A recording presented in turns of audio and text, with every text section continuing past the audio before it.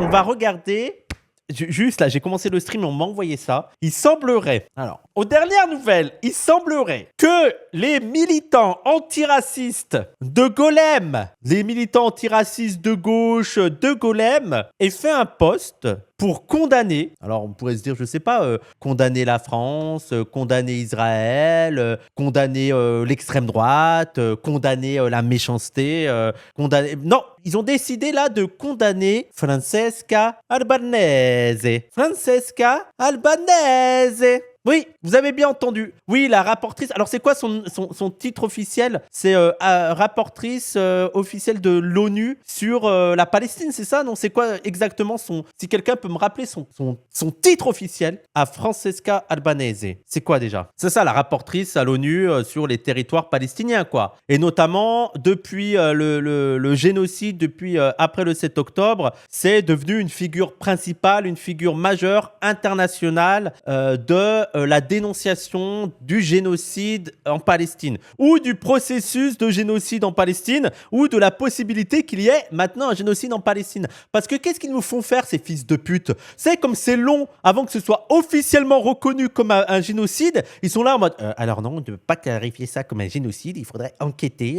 Vous êtes alors là, vous êtes en train de vous avancer, les enquêtes n'ont pas été faites pour faire... Vous vous rendez compte l'indécence de la position? C'est-à-dire que eux, en 42, ils seraient devant les camps, ils seraient en mode on ne peut pas encore parler de génocide, déjà le terme n'a pas été inventé, et puis il faudrait faire une enquête pour savoir si vraiment on pourrait parler de génocide. Pour le moment, évitons d'utiliser ce terme. Non, là, il y a effectivement un génocide en cours en Palestine, et Golem a décidé de s'attaquer à Francesca Albanese, et regardez-moi ce titre, regardez-moi. Francesca Albanese, un antisémitisme totalement décomplexé. C'est même pas Albanese antisémite, elle est totalement décomplexée dans son antisémitisme. Golem, et ça se dit de gauche. Non mais, il faudra me dire Golem, parce que après, tu sais, ils ont le truc, nous on n'a pas donné notre avis sur la Palestine, pourquoi vous demandez, tu sais, c'est ce qu'ils nous ont fait, les sionistes de gauche, c'est ce qu'ils nous ont fait pendant 10-15 ans. Pendant 10-15 ans, nous on a subi ça au pire, on a subi ça au QG colonial, on a subi ça avec Ouria, etc.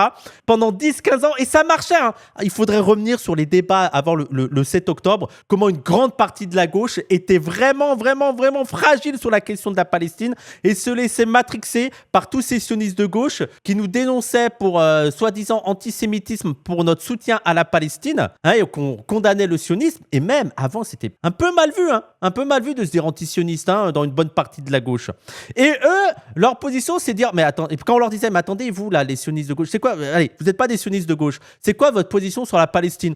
Tu me demandes ça parce que je suis juif? Non, je m'en bats les couilles que tu sois juif. Mais en fait, généralement, vous vous déclarez antiraciste et décolonial. Je sais pas, en tant qu'antiraciste et décolonial, vous avez au moins un avis sur le sujet, quoi. Ou au moins sur la France, qu'elle doit faire là-bas en Israël, peut-être couper, faire des sanctions économiques. Je sais pas, peut-être qu'il y a un avis.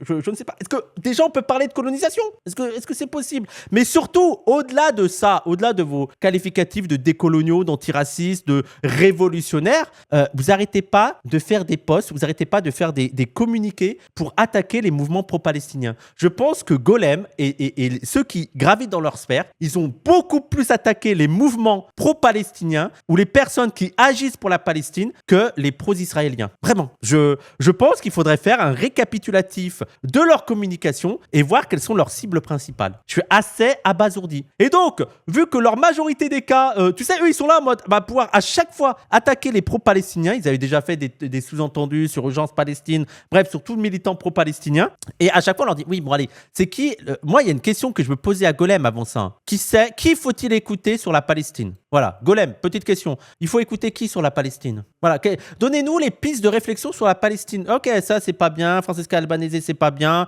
Le QG décolonial, c'est pas bien. Voilà, Plenel, voilà. Moi, je rêverais qu'ils nous disent, ah ben, Plenel, il a une position très bien sur la Palestine.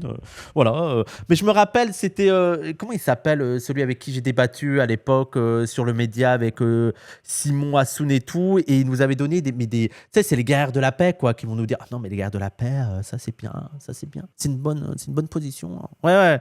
Bref, allez, on va lire Émile, oui, mais Émile Ackerman, c'est ça, Émile Ackerman.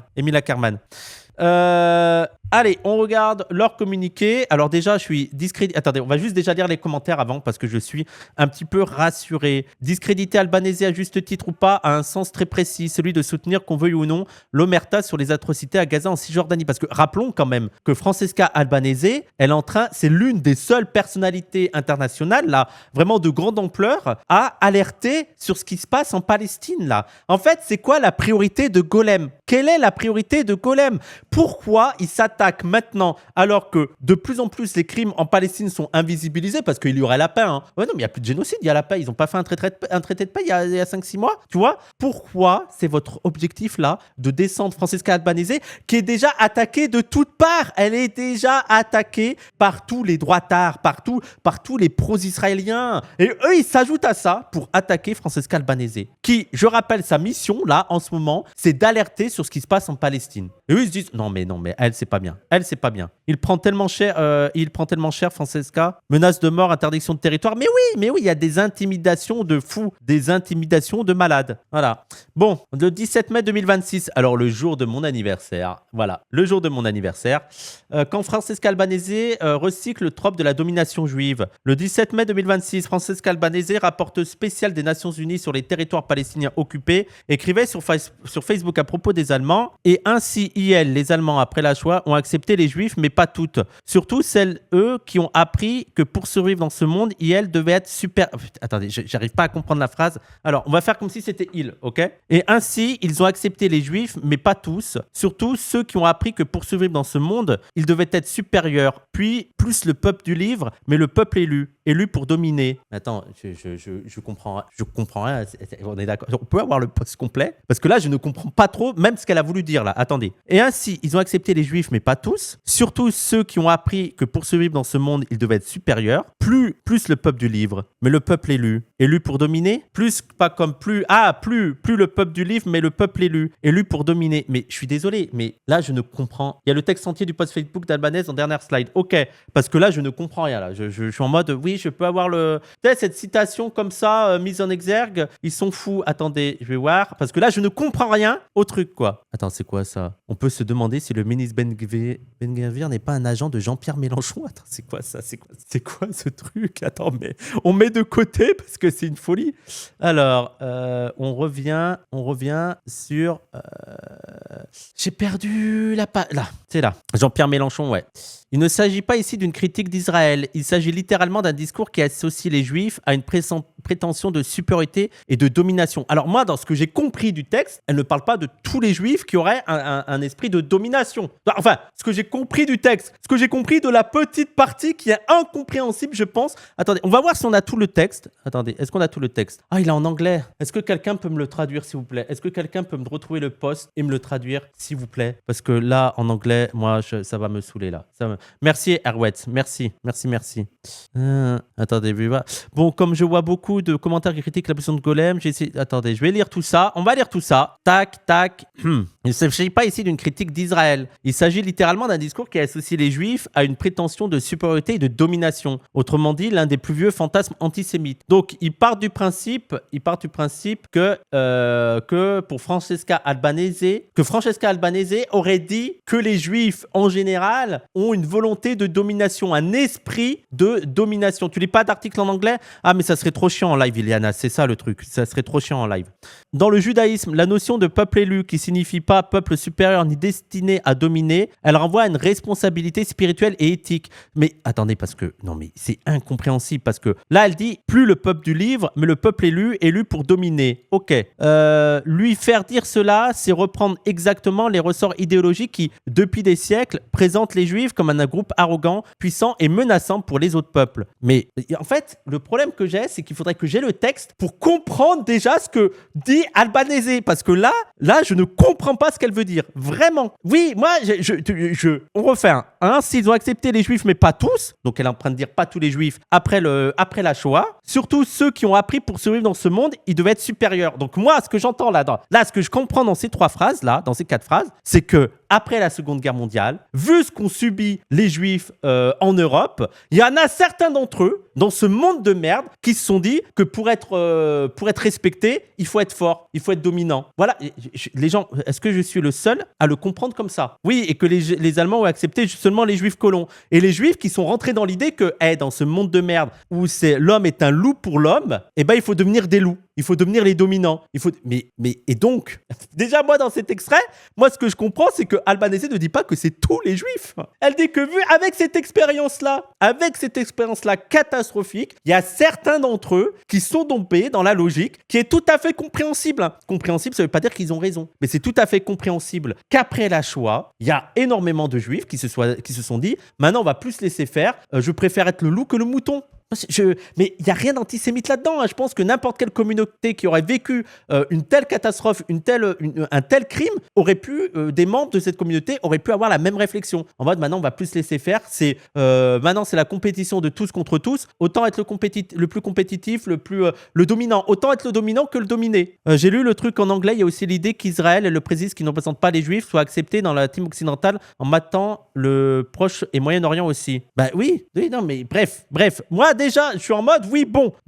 En fait, c'est pour ça que je comprends pas le reproche, parce que même dans cet extrait, je comprends ce qu'elle veut dire. Ah, super, le texte en français. Ok. Attendez, parce que comment on zoome? On appuie sur quoi pour zoomer? C'est quelle touche pour zoomer, les gens? Alors, CTRL. Ah, ok, merci beaucoup. Merci. On devrait peut-être arrêter d'appeler ce qui affecte l'Allemagne culpabilité historique. Il s'agit simplement d'un syndrome de supériorité historique jamais correctement diagnostiqué, jamais traité, jamais guéri. Déjà, cette première phrase, alors là, pour les gens sur YouTube, c'est le post Facebook de Francesca Albanese qui a été traduite. Et moi, déjà, je suis totalement d'accord avec cette histoire parce que, en fait, tu as une lecture de pourquoi les Allemands sont aussi pro-israéliens, aussi sionistes et tout. Tu as seulement l'idée de la culpabilité. Genre, les Allemands se sentent coupables de ce qu'ils ont fait. Et cette explication, je passe une part de vérité. Je pense qu'il y a vraiment un esprit de honte de la part de beaucoup d'Allemands, vu l'histoire de l'Allemagne et vu la catastrophe que ça a été le Reich, le nombre de victimes et tout, l'ampleur des horreurs qui ont été commises. Par contre, je pense qu'il faut limiter en mode, c'est peut-être une trop bonne excuse. C'est-à-dire que je ne pense pas que tous les Allemands se sentent coupables ou un esprit de culpabilité. En fait, c'est presque trop gentil pour les Allemands de faire croire qu'ils font ça par esprit de culpabilité. Déjà parce qu'il faut savoir que, tous les nazis n'ont pas été virés d'Allemagne. C'est-à-dire que, il y a une reproduction. Il y a quand même eu des gens, il a fallu longtemps avant qu'on découvre qu'ils soient nazis ou qu'ils partent de l'administration ou que sais-je. J'ai envie de dire, le nettoyage des nazis n'a pas été complètement opéré en Allemagne. Et on voit aujourd'hui le retour des nazis, une forme de néonazisme qui revient.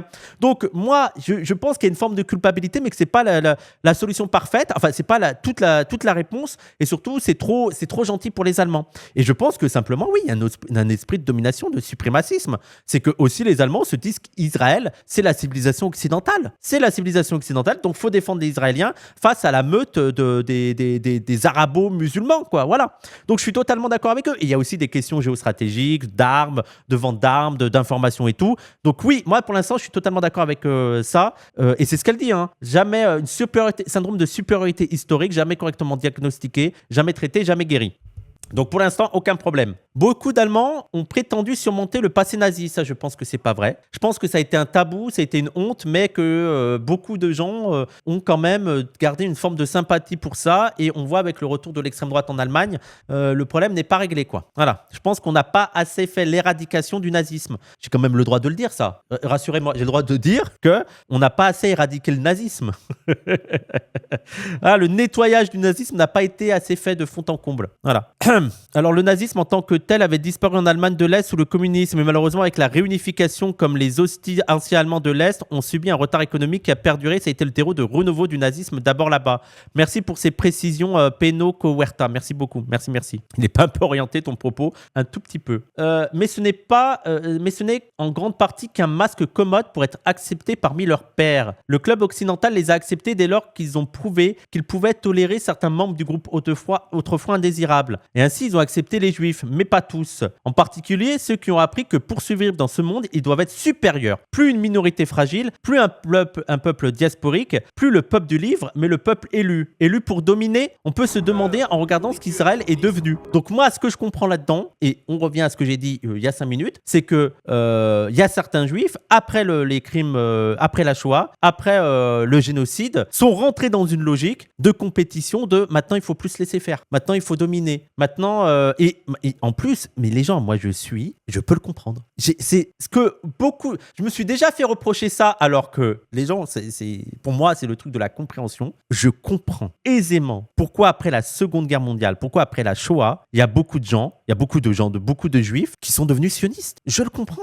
Je trouve ça logique. Ça ne veut pas et comprendre leur raison, ça ne veut pas dire qu'ils ont eu raison d'être sionistes. Je pense que si tu allais plus loin dans l'analyse, tu verrais que ça réglerait pas le souci, qu'il y a toujours une question coloniale qui est là, qu'ils seront jamais en sécurité dans une terre qu'ils vont voler et tout. Mais je comprends totalement pourquoi il y a des juifs qui sont tombés dans le sionisme et qui ont dit on va plus laisser faire. Maintenant, ça va être nous les dominateurs. Voilà, vu l'ampleur de l'horreur, je le comprends. Voilà, donc moi je le et aussi qu'ils ont adopté et c'est la logique occidentale. Hein. C'est toute la philosophie occidentale de l'homme est un loup pour l'homme, les plus fortes s'en sortent. Il faut être supérieur intellectuellement, militairement, voilà, idéologiquement, voilà, la supériorité. C'est vraiment, pour moi, ils ont embrassé l'Occident et c'est ce que je pense essaye de dire Francesca Albanese.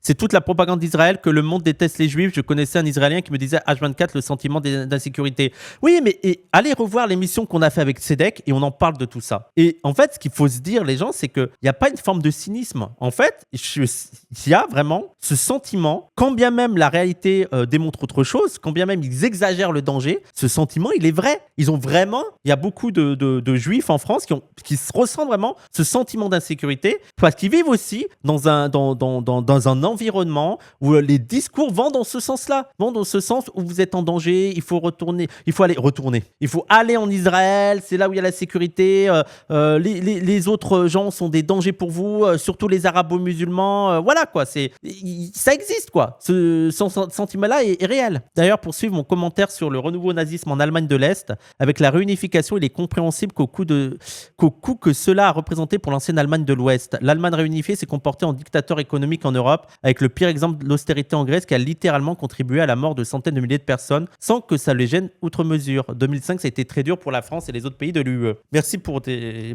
petits détails. N'hésitez pas. On continue. Mais Israël ne représente pas tous les juifs. Donc, voilà, je veux dire, elle n'est pas en train de dire que tous les juifs ont l'esprit de domination. C'est ça qui me fascine, quoi.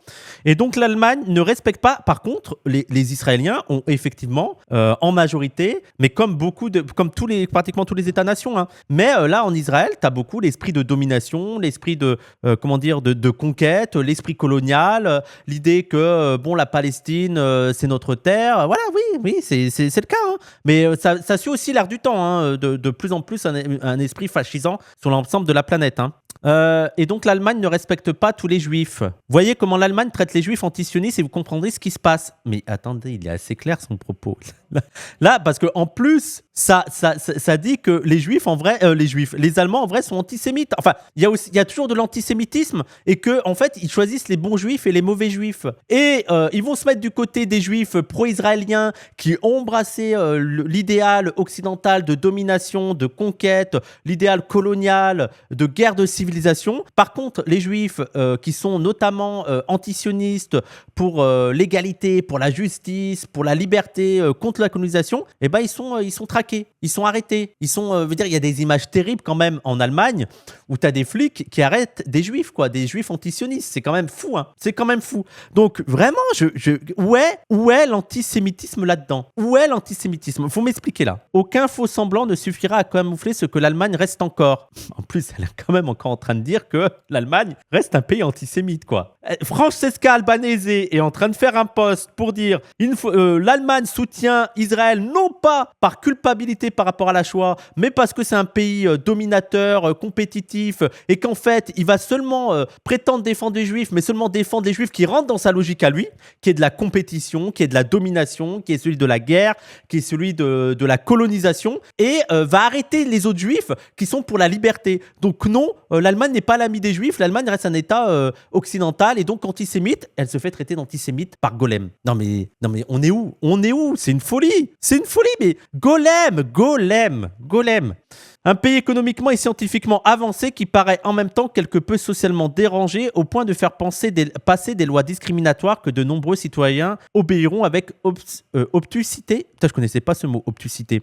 D'ailleurs, en Allemagne, ils ont pas déclaré que l'antifascisme était un terrorisme ou des trucs comme ça. Il n'y a pas eu des projets de loi comme ça en Allemagne. Vraiment, il y a une répression des mouvements antifascistes ou des choses comme ça. Ou alors je me trompe totalement. N'hésitez pas à me dire si vous avez des infos et tout. Mais il me semble que la répression des mouvements pro-palestiniens en Allemagne, c'est une folie. Mais oui, c'est une cité obtus. Ok, merci. Partout, ça va interdire les mouvements antifascistes. Oui, mais en Allemagne, dire, notamment à travers la répression des mouvements palestiniens, c'est assez avancé. Hein.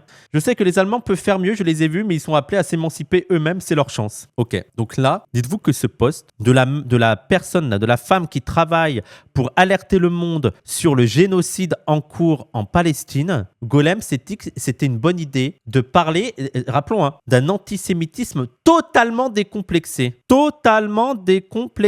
Voilà. Alors, donc je rappelle, voilà, mais ils servent à quoi eux, à part servir de narratif? Oui, à part servir le narratif dominant, je ne sais pas. Ok, donc dans le judaïsme, la notion de peuple élu, vous voyez que ça n'a pas grande importance dans le texte de Francesca. Hein.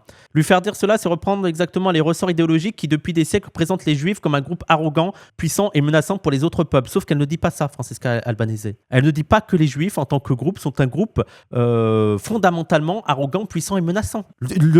Tu lis le post Facebook de Francesca, tu ne comprends pas que les Juifs en tant que tels sont un groupe puissant, dominant et arrogant. Non, le glissement opéré du peuple libre au peuple qui domine n'est pas une nouveauté. On en trouve la matrice dans les textes fondateurs de la propagande antisémite moderne. C'est ça, en fait, ils font toujours du cherry picking. Voilà ce que fait Collectif Golem.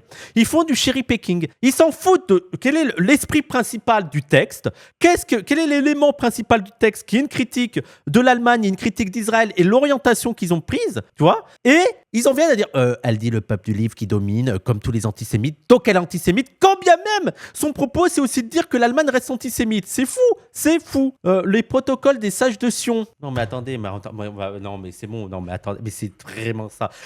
C'est la tactique de Golem et tout ce lore-là, c'est de prendre une partie de texte, de dire, elle a utilisé le terme peuple élu pour dire qu'il domine, et après de dire, c'est comme les protocoles des sages de Sion, et de faire 3 slides sur les sages de Sion, le protocole de sages de Sion, pour faire croire que c'est la même chose. Ah putain, mais c'est une folie. C'est une folie. Outil de propagande fabriqué à la fin du 19e siècle reposait précisément sur ce postulat que le peuple élu cherchait à exercer une domination mondiale. Donc là, Golem est en train de nous dire que Francesca Albanese et les protocoles des sages de Sion, c'est kiff. Voilà. Mais même, je crois même qu'elle était l'une des inspiratrices du protocole des sages de Sion. Elle a propagé ce faux texte, hein, c'est sûr. Il a dit juif comme dans les protocoles des sages de Sion. Oui, non mais c'est ridicule. Et pourquoi, encore une fois, pour le collectif Golem, il est important là, il faut toujours s'interroger sur ça. Pourquoi politiquement pour Golem, il est important de traiter Francesca Albanese d'antisémite, décomplexé et de faire le pont entre les protocoles des sages de Sion et Francesca Albanese. Ce texte frauduleux affirmait entre autres, nous lisons dans la loi des prophètes que nous avons été choisis pour gouverner la terre. Francesca Albanese n'a jamais, tu lis le texte, tu ne penses jamais que Francesca Albanese est en train de dire que les Juifs pensent pouvoir dominer la terre, en fait. C'est une folie, c'est dingue. Ils vont nous faire croire que c'était l'idée de Francesca, de dire les Juifs veulent dominer la terre. Un mensonge qui a pleinement participé aux pires idéologies antisémites du XXe siècle. Bah allons-y, bah oui, mais allons-y. Francesca Albanese qui va dans ce même courant. Allons-y. C'est exactement ce glissement sémitique qu'opère la publication d'Albanese. Elle finit son texte en appelant explicitement le peuple allemand à s'émanciper. De quoi, si ce n'est de cette domination juive? Attends, mais c'est une folie. Attends, mais c'est quoi? Mais attends, quoi? De quoi, si ce n'est de cette domination juive qu'elle théorise tout au long? Mais non, mais attends, alors, faut arrêter là. Genre, ils prétendent que Francesca Albanese a dit « Eh les Juifs, émancipez-vous de la domination juive !» Alors qu'elle parle, en plus dans le texte, des Juifs qui sont réprimés par l'État allemand aujourd'hui. Les Juifs antisionistes qui sont réprimés par l'État allemand. Mais voilà, en lisant Francesca Albanese, on comprend que les Allemands sous son domination juive. Alors qu'elle dit elle-même que aussi l'Allemagne n'a pas changé. L'Allemagne est toujours dominatrice. C'est fou. C'est fou. Moi, il y a un moment donné, ce sont des ennemis. C'est pas possible. C'est grave, les gens. Attendez, parce qu'il faut quand même... Il y a le génocide en Palestine. Les mouvements pro-palestiniens sont réprimés. On n'arrête plus de compter le nombre de militants qui sont arrêtés, qui sont mis en garde à vue, qui subissent des sanctions économiques et tout. Notamment Omar Al-Soumi, tu vois, exemple parmi d'autres. Omar Al-Soumi et tout. Qui sont arrêtés, qui sont sanctionnés, qui sont réprimés.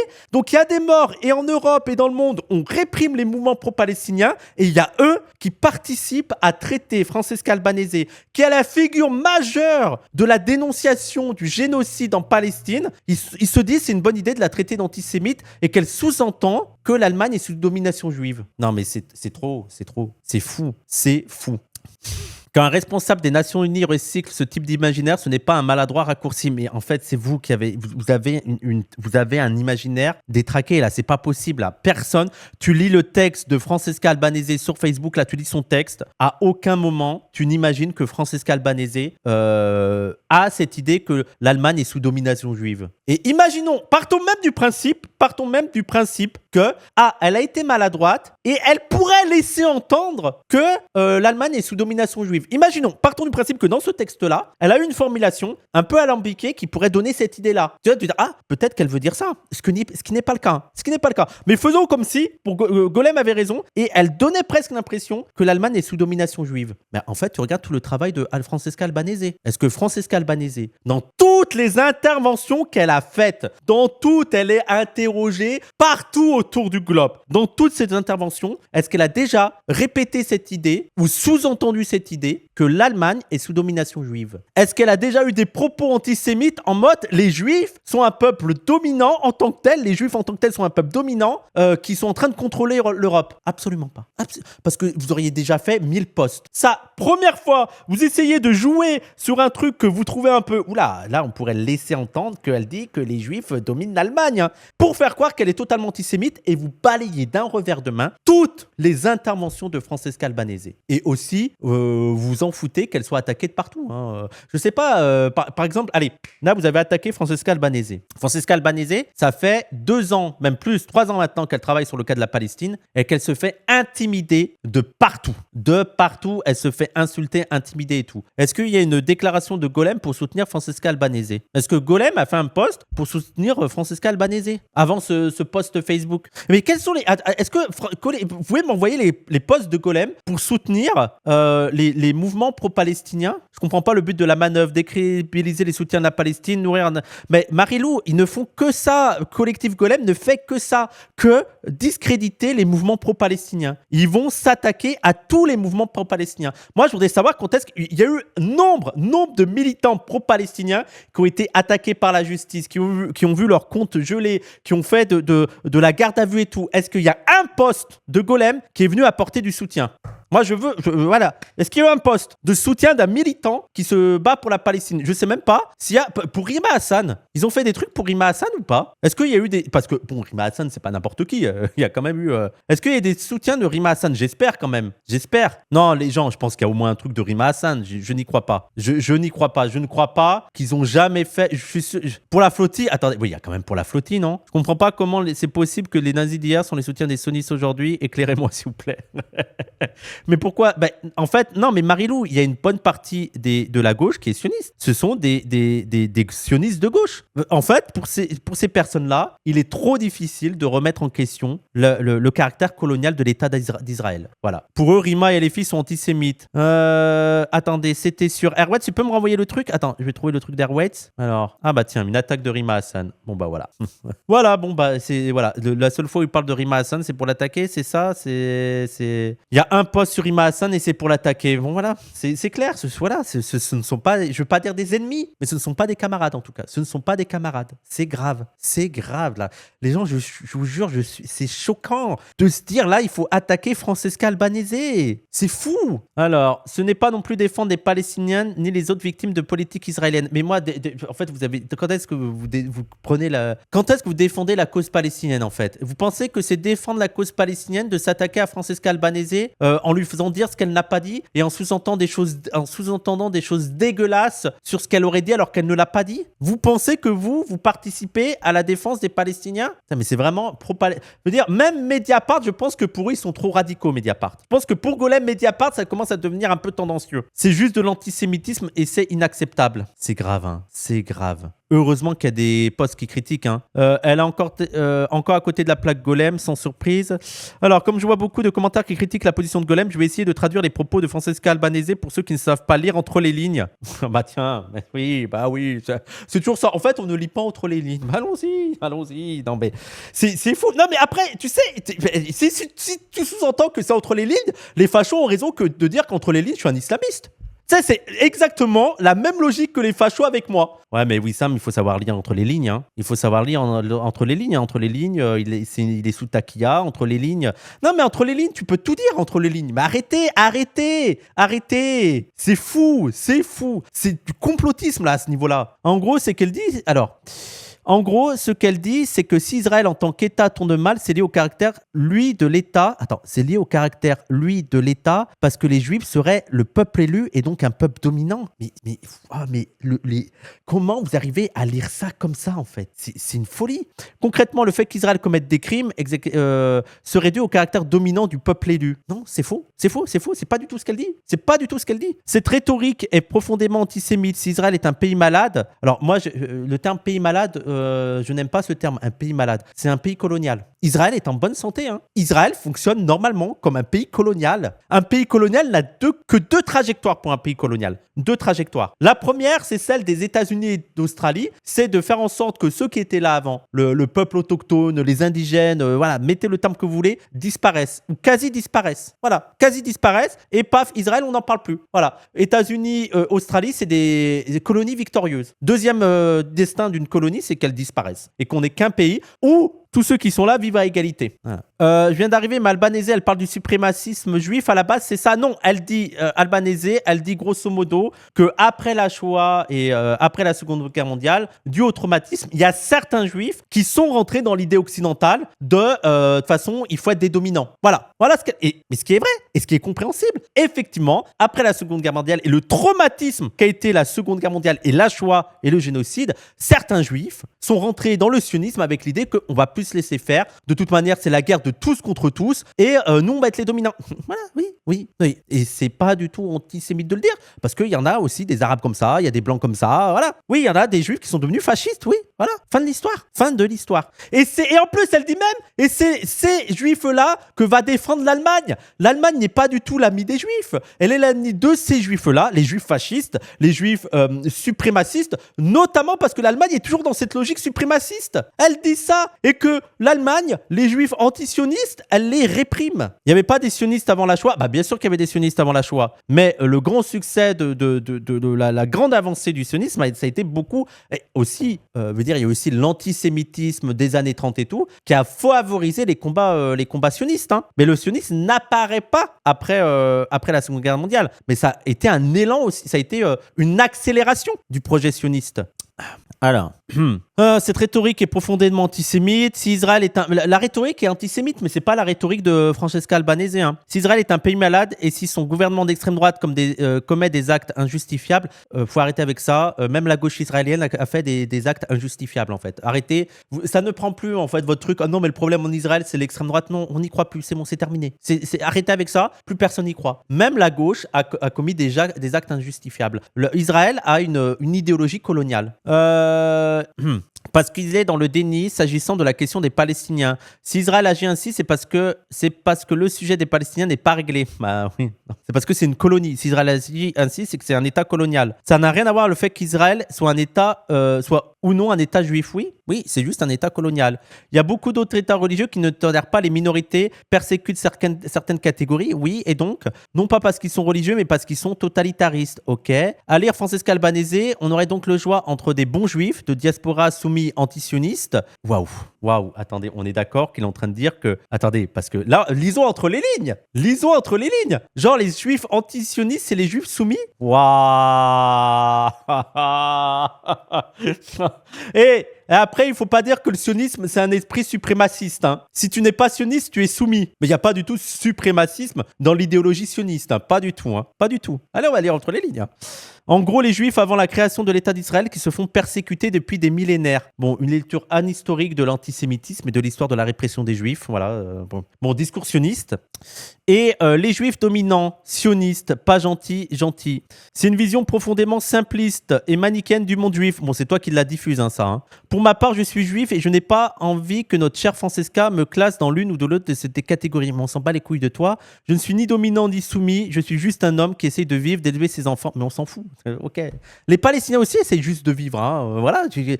J'essaie juste de vivre. Oui, et alors c'est quoi cet argument? Je suis juste un homme qui essaye de vivre. Ok. Bon, il y a quand même les Palestiniens qui se font génocider. Je comprends pas le truc. Et je lutte au sein des miens pour qu'un jour la paix advienne entre Israéliens et Palestiniens. Voilà. Bon, ça, c'est le commentaire le plus sioniste. Hein. J'ose espérer.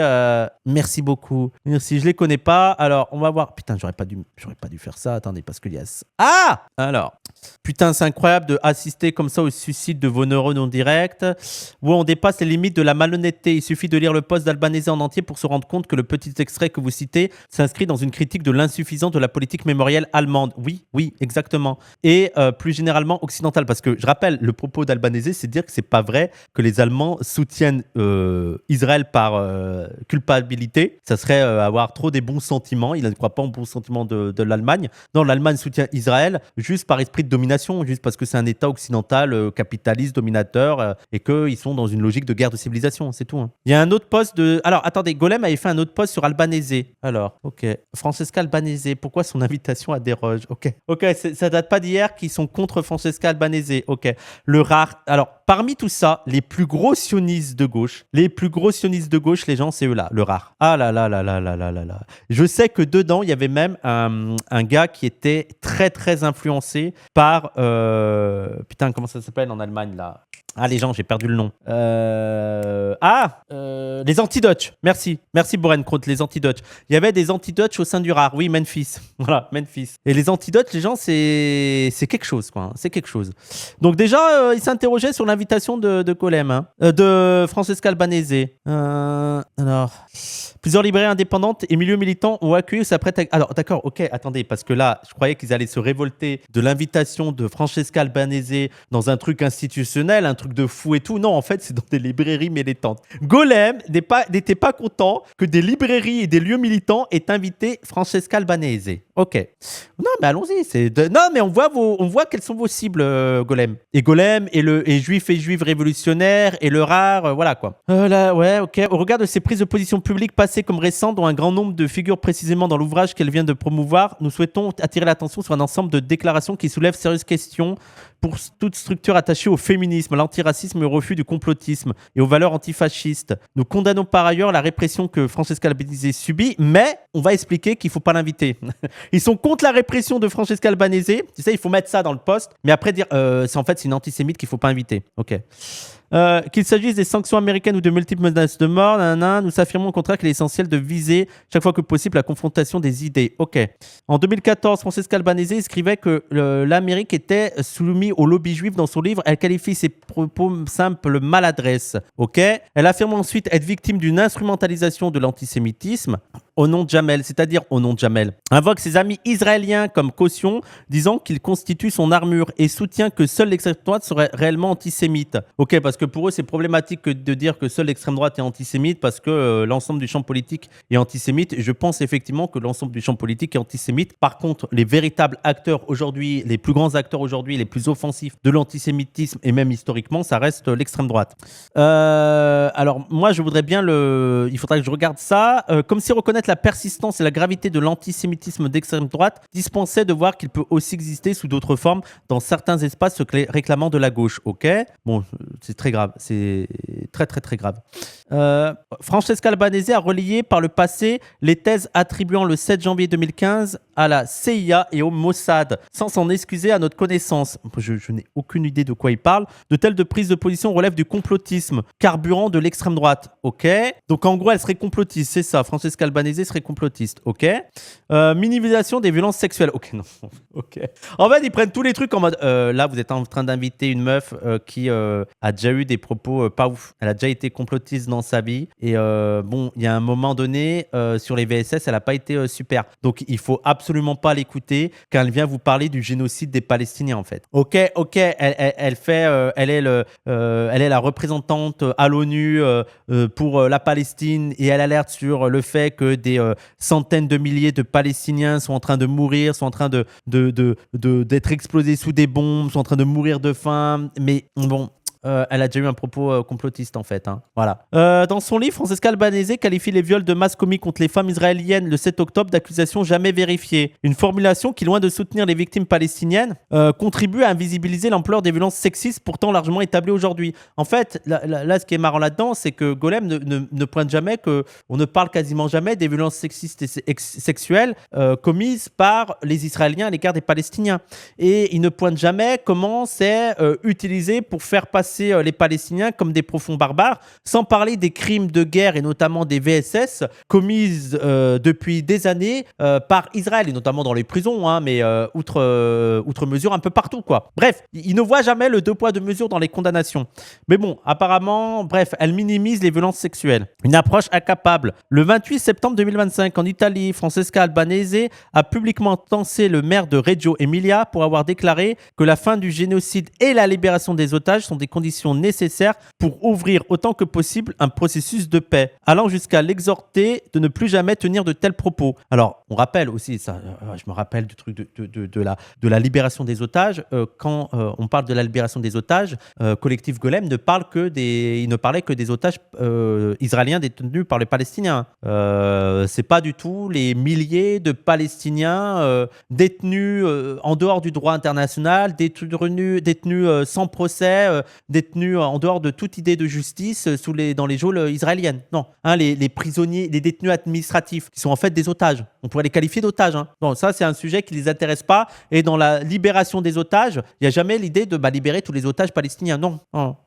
Oui, Marwan Berghouti peut toujours se brosser, oui. Voilà. Allant jusqu'à... Et d'ailleurs, je veux dire, parce que, en fait, même de dire, parce que réfléchissons 2 secondes, la fin du génocide et la libération des otages. Moi, il y a un truc qui m'interroge là-dedans, c'est-à-dire que si les Palestiniens n'avaient pas libéré les otages, le génocide aurait pu continuer, c'est ça, Golem ? La condition sine qua non à la fin du génocide, c'était la libération des otages. On pouvait pas juste... Non, mais là, il faut arrêter le génocide. On va lire entre les lignes. Moi aussi, je sais lire entre les lignes. Parce que là, Golem sous-entend que, bon, tant qu'il n'y a pas la libération des otages, on ne peut pas demander la fin du génocide, hein, en fait. Hein. Voilà ce que je comprends, moi. Voilà ce que je comprends de Golem. Voilà. C'est fou. Sa position ne témoigne pas seulement d'une vision autoritaire. Ils ont mis en gras. Elle a une vision autoritaire. Ils ont la même ligne que tous les médias, que le gouvernement. Oui, mais moi, c'est une folie, ça. Alors, vous demandez la fin du génocide, mais tant que les otages ne sont pas libérés, vraiment. Oui, stop le génocide, c'est autoritaire. Ouais. Et d'une intolérance inquiétante. Attends, c'est quoi l'intolérance inquiétante, là? C'est quoi? C'est parce qu'elle s'est emportée sur ce propos de Reggio Emilia. Alors, attention, là, parce que Francesca Albanese, elle s'est énervée contre un maire qui a dit ça. Elle a l'air d'avoir une intolérance vraiment inquiétante, en fait. Oulala, attention, elle a l'air très, très intolérante. Hein. Très, très, très intolérante, en fait. Hein. Non, mais... Elle révèle également son incapacité à reconnaître les souffrances de toutes les victimes. Et notamment, mais en fait, c'est ça que vous voulez pas comprendre, c'est qu'un génocide, ça s'arrête sans condition, en fait. Il n'y a pas la condition de libérer les otages.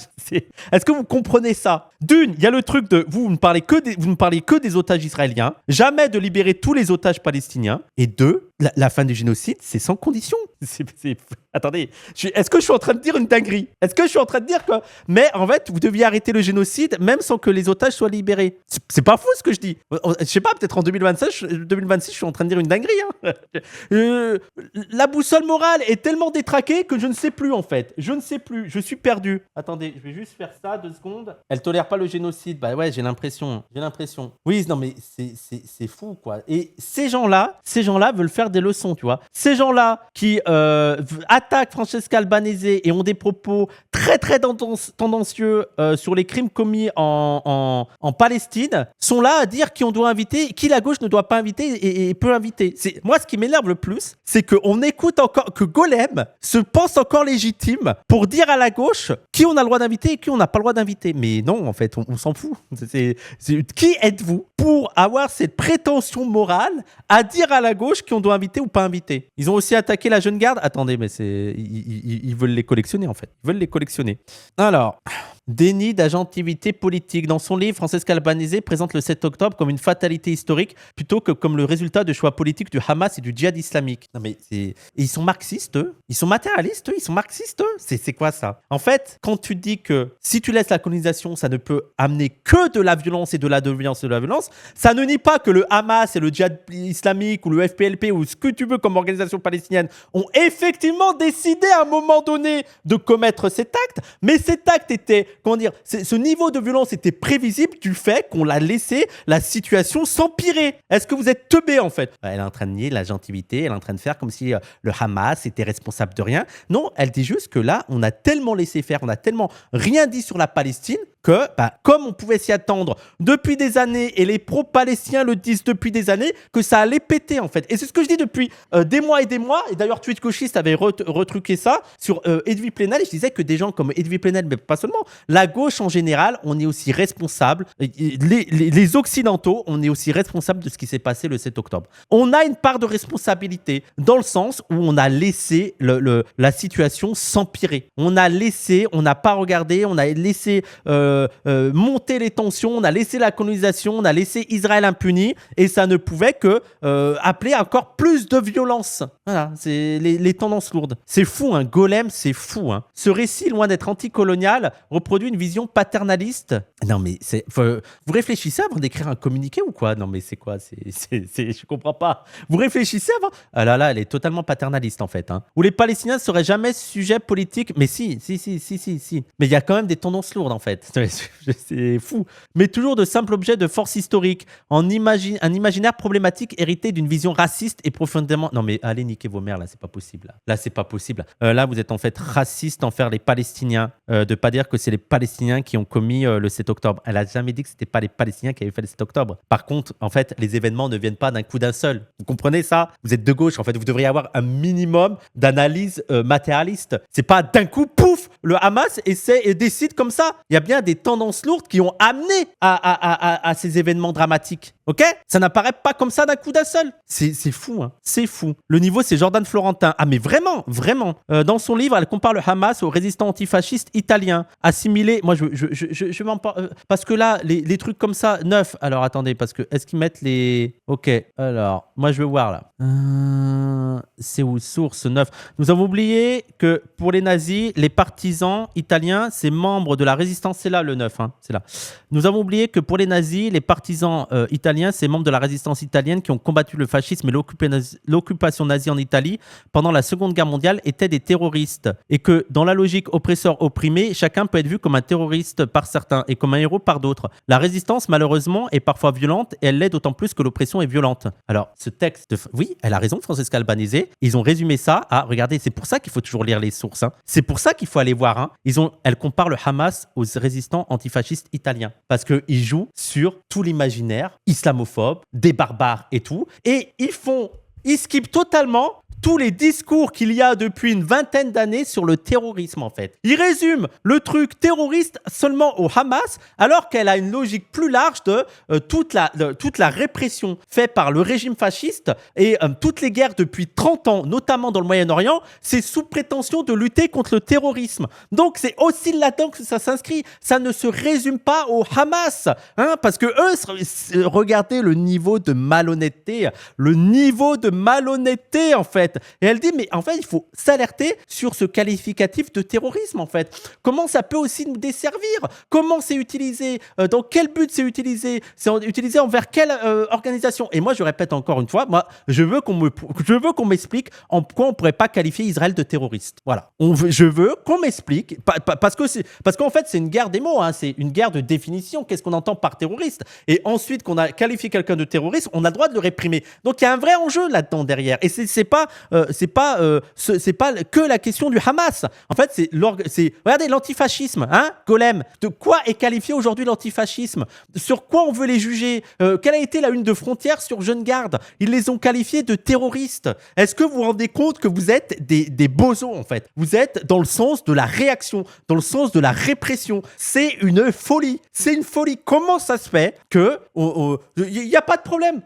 Heureusement que beaucoup de gens à gauche ouvrent les yeux sur Golem, parce que c'est une folie. C'est tous ces groupes qui ont traité Ouria, Wissam et Pédage d'antisémites. Oui, ça fait des années que ces gens-là nous traitent d'antisémites. Hein. Des années. Et mais moi, c'est ça. C'est pour ça qu'il faut toujours voir. Tu sais comment ils résument les choses. Hein. Comment ils résument les choses. Et quand tu lis le truc, t'es en mode, oui, bah non, je vois pas le problème, en fait, dans ce qu'elle a dit. Tout est vrai dans ce qu'elle a dit là.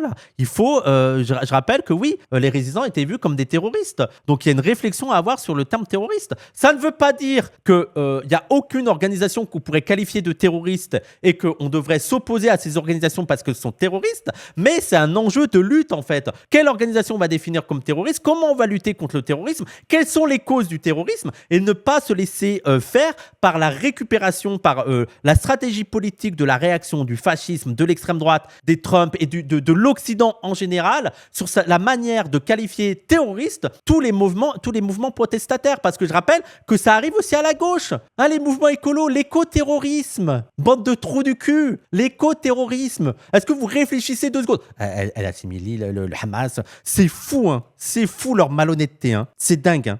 Assimiler un mouvement politico-religieux autoritaire, sexiste, homophobe et antisémite à des combattants internationalistes et antifascistes, c'est pas ce qu'elle a fait. C'est pas ce qu'elle a fait. Elle n'a pas fait ça. C'est vous qui avez résumé sa réflexion à le Hamas et les antifascistes italiens. C'est pareil. Salit la mémoire de ses militants et brouille les repères indispensables aux luttes aujourd'hui, notamment contre l'extrême droite. Moi, moi, j'ai une question. Ne parlons pas du Hamas. Prenons une organisation là en Palestine. Imaginons qu'il y a une organisation en Palestine là aujourd'hui, qui veut lutter contre Israël. Voilà. Elle veut lutter contre Israël. Mais cette organisation, elle est notamment sexiste. Est-ce qu'on soutient cette organisation ou on ne soutient pas cette organisation? Est-ce que, vu que son combat principal, c'est sur la Palestine, hein, c'est la lutte contre la colonisation, mais que sur le féminisme, elle n'est pas top. Hein. Je veux dire, elle n'a pas de propos féministes. Elle pense qu'il y a une domination des hommes et que c'est comme ça veut dire c'est ultra patriarcal. Les femmes sont là en seconde main pour aider, assister, mais c'est tout. Bon, voilà. Quelle serait votre position? Vraie question. Ah, vraie question. Et j'en viens in fine, quelle est l'organisation palestinienne que vous soutenez? Voilà. C'est quoi votre organisation palestinienne que vous soutenez là en ce moment? Si moi je demande à Collectif Golem, là, moi je veux soutenir la Palestine. C'est quelle organisation palestinienne que à laquelle je devrais m'intéresser.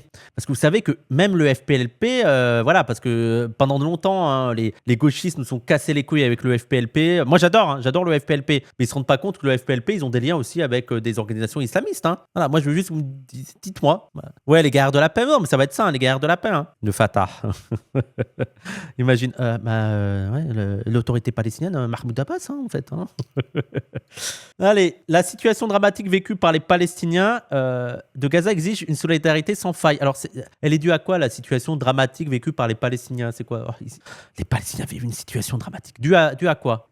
Mais vraie question, on dit souvent que le Hamas est homophobe, sexiste, etc. Mais est-ce qu'il y a des éléments qui prouvent, alors vu qu'ils sont islamistes, ils considèrent qu'ils le sont forcément? Mais attendez, c'est sûr que si tu prends les critères de gauche, les critères progressistes de gauche, et je suis pas en train de... Les gens, là, ce que je vais te dire, c'est pas pour dénigrer les critères de gauche. Hein. Je suis dans un truc d'objectivité, ok? Je suis pas en train de vous dire... Là, je suis pas dans un discours anti-progressiste ou... Non. Mais c'est sûr que quand tu prends les critères progressistes de la gauche actuelle en France, le Hamas est réactionnaire. Oui, au niveau des mœurs, le Hamas est réactionnaire, c'est évident. Mais même d'autres organisations palestiniennes où c'est pas... ils vont pas être dans les luttes féministes, ils vont être plutôt conservateurs. Sur ces mœurs-là, ils vont être conservateurs. Parce qu'on a des preuves que les antifascistes italiens n'étaient ni homophobes ni sexistes.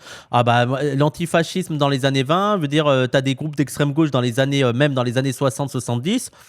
Il y avait des courants un peu conservateurs aussi, oui, ça traverse.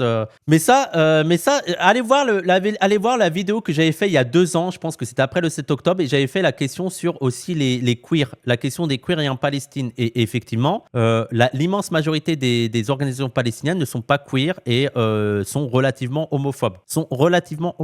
Mais je pense quand même qu'il faut soutenir les Palestiniens, quand bien même ils sont homophobes. Et c'est la question, c'est l'analyse posée par Mao de la contradiction principale et la contradiction secondaire. Là, dans une situation coloniale, la contradiction principale, c'est la colonisation. Et pourquoi c'est la contradiction principale? Parce que tous les Palestiniens, tous, qu'ils soient homosexuels ou hétérosexuels, qu'ils soient des hommes ou des femmes, qu'ils soient valides ou pas valides, souffrent de cette colonisation. C'est la contradiction principale. Voilà. Et on ne peut imaginer ils règlent déjà ces problématiques-là en vivant dans la colonisation. Oui, mais il ne faut pas hiérarchiser. Là, je suis désolé, il faut hiérarchiser. Là. Dans une situation coloniale, il faut hiérarchiser. Mais même énormément de... C'était la déclaration que j'avais lue sur les queers palestiniens, qui est en mode, mais attendez, là, vous voulez sauver les homosexuels palestiniens?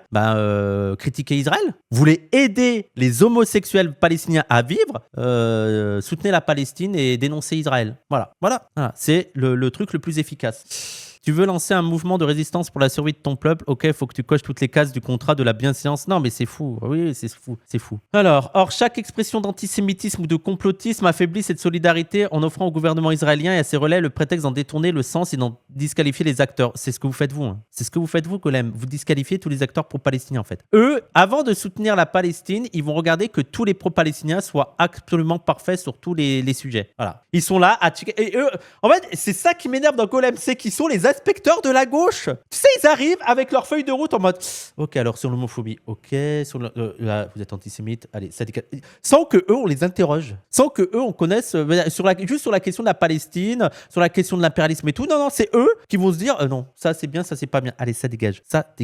Bref, c'est fou, hein. C'est fou. Heureusement que dans les commentaires il les critique. Hein. Elle dit littéralement des gens pourraient dire que c'est le peuple choisi pour dominer, mais Israël ne représente pas tous les juifs. C'est littéralement une critique d'un discours antisémite. Votre poste est malhonnête. Ça me rassure, hein. Ça me rassure que les gens ne sont pas dupes, hein. Ça me rassure. Je crois qu'elle parle de suprémacisme juif. Ça existe, non? En Israël, par exemple. Putain, mes collectifs, vous ratez jamais une occasion d'être détestable.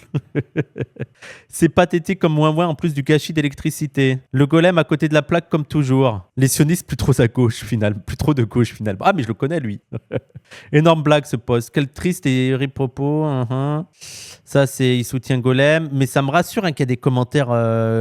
Merci. Je ne peux plus voir les comptes prétendument à gauche soutenir et relayer constamment Francesca Albanese pour soi-disant soutenir la Palestine. Mais c'est pas une dame qui a des propos antisémites qu'on va défendre, quoi que ce soit, si ce n'est banaliser l'antisémitisme. Ouais, bah oui, bien sûr. Bien sûr. Et on finit cette séquence par ça. Je voulais regarder cette vidéo. Attends, il y a Boren Kroot qui a mis OAS Veil.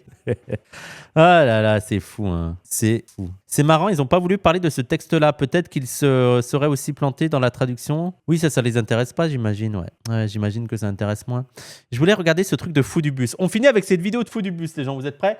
Alors, on peut se demander si le ministre Ben Gvir, je sais pas, Ben Gvir, comment on dit? Si quelqu'un peut le mettre en phonétique, n'est pas un agent de Jean-Pierre Mélenchon. Mais c'est quoi cette citation? Fou du bus. Jean-Pierre Mélenchon. Ah, il y a des experts, hein. Ben Gvir, ok.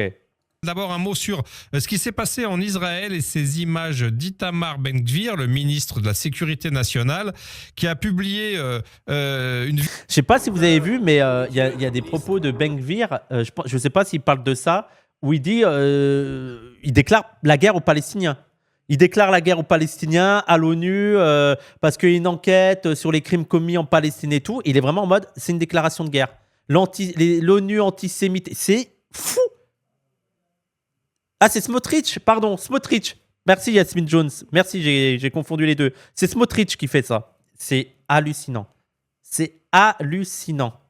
Et c'est effrayant, hein. Il dit mille dingueries de toute façon, oui. Oui. Vidéo de lui, le mettant en scène devant plusieurs dizaines de militants de la flottille pour Gaza, agenouillés, mains attachées. Il a provoqué un tollé international et même Benjamin Netanyahou s'est démarqué de lui en disant que ce n'était pas conforme aux valeurs d'Israël. Pour vous, est-ce que c'est une étape importante dans la dégradation de l'image israélienne? Oui, parce que... Non, mais attendez. Il y a le pays qui commet un génocide et qui continue à coloniser la Palestine et qui maltraite les Palestiniens depuis 70 ans, mais ce qui contribue à tacher l'image d'Israël, hein, à l'assombrir l'image d'Israël, c'est quand même cette déclaration de Ben Gvir. Oui, bah on y croit, ouais. Ah putain, erreur de com. Ah putain, voilà notre image maintenant. Les gars, notre image. Oh, notre image. Ce sont des images terribles. Si on voulait renforcer le LFI. Le LFI. Alors ça, c'est une nouveauté. Ça, je l'avais jamais entendu. J'ai déjà fait, moi, la LFI. J'ai déjà fait. Mais le LFI... c'est bon. C'est la France soumise. Expert. Mais la première chose à laquelle il pense, c'est la France insoumise. Génocide en Palestine, un ministre qui a des propos d'extrême droite, qui a des propos fascistes, humiliation des gens qui ont fait la flottille et tout. Et lui, il dit, oh putain, ça va renforcer la France insoumise. Les gens, c'est tellement des raisons de voter pour la France insoumise. Vous avez vu comment ils sont en panique? Le Lilo, Lufé et les filles. Vous voyez comment ils sont en panique? Ils pensent à chaque fois, oh, ça va renforcer la France insoumise. Oh là là. Et ces équivalents dans le monde, on n'agirait pas autrement. On peut se demander, quand on regarde ces images, si le ministre Ben-Gvir n'est pas un agent de Jean-Pierre Mélenchon. Oh, le niveau d'analyse. Oh là là. Et ce qui est dingue, les gens, ce qui sont... Un agent très très infiltré. Là, on a un niveau de... On pourrait presque penser que c'est un agent de Jean-Pierre Mélenchon. Hein. Et encore une fois, ce qui le désole là-dedans, c'est pas les propos de Ben Gvir. C'est pas le traitement des gens de la flottille. C'est pas les violences. C'est pas le génocide en cours. Non, ce qui le chagrine, c'est que ça va aider la France insoumise. Voilà. Oh putain. Putain, on a tué des Palestiniens. Putain, la France insoumise va gagner. Voilà. Ah, non, mais je vous avais dit. Je vous avais dit de ne pas en tuer autant, là. Voilà. Il y a Jean-Luc Mélenchon. Mais merde, je voulais me tromper. Je voulais me tromper sur Mélenchon et en fait, j'ai dit le bon nom. Ah, il y a Jean-Michel Mélenchon, il va gagner, là, les gars. Oh. Putain. Bon, la conclusion... Free Palestine. Non, je l'ai déjà fait. Nos politiques. Non, je l'ai déjà fait. La Palestine de la mer au Jourdain, c'est interdit de dire ça ou c'est autorisé? On a le droit de dire la Palestine de la mer au Jourdain? Non, bah je le dis pas. Non, il est interdit de dire ça, les gens. Il est interdit de dire la Palestine de la mer au Jourdain. Par contre, soutien à Francesca Albanese. Continuez, madame. Vous avez tout mon respect. Continuez, on est derrière vous. Les jeunes de Jean-Luc Mélenchon, enfin, les jeunes de Jean-Pierre Mélenchon sont derrière vous. Allez, hasta siempre de la Victoria. Ouais, parce que je parle un peu espagnol.